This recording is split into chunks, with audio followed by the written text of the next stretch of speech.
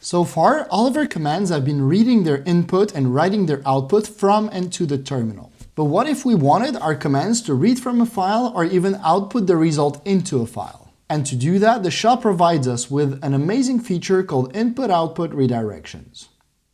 In simple words, a redirection is the action of capturing the output of a file, a program, or a script and sending it as an input to another file, program, or script. What's the point of doing that? Well, let me give you an example. Imagine you have a text file containing a list of names that you want to sort alphabetically, then remove all potential duplicates, then save that new list into another file. I'm sure you already know how to do this in a spreadsheet, but what if I told you that all it takes to do this is this one-liner? Indeed, redirections allow you to do these kind of things and so much more.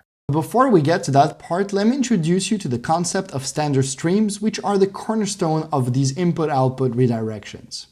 In Unix-like operating systems and programming in general, a stream is a communication channel that transfers data between a program and its environment, like for example the shell and its terminal. 3 different types of stream exist that we call standard streams, which are the standard input that programs can read data from, the standard output that programs can write data to when a successful operation was performed, and the standard error that programs can write data to when something goes wrong during execution. Now, in practice, when we want to redirect one of these streams, we don't really use their names, but rather a number that represents them called a file descriptor. This file descriptor being a unique resource identifier assigned to a stream of data by the operating system, which could be a file, a pipe, a socket, or any input-output resource for that matter, whenever we want to read from it or write to it. Which means that whenever we launch a new terminal window, the operating system automatically opens for us to use the 3 standard streams I just mentioned,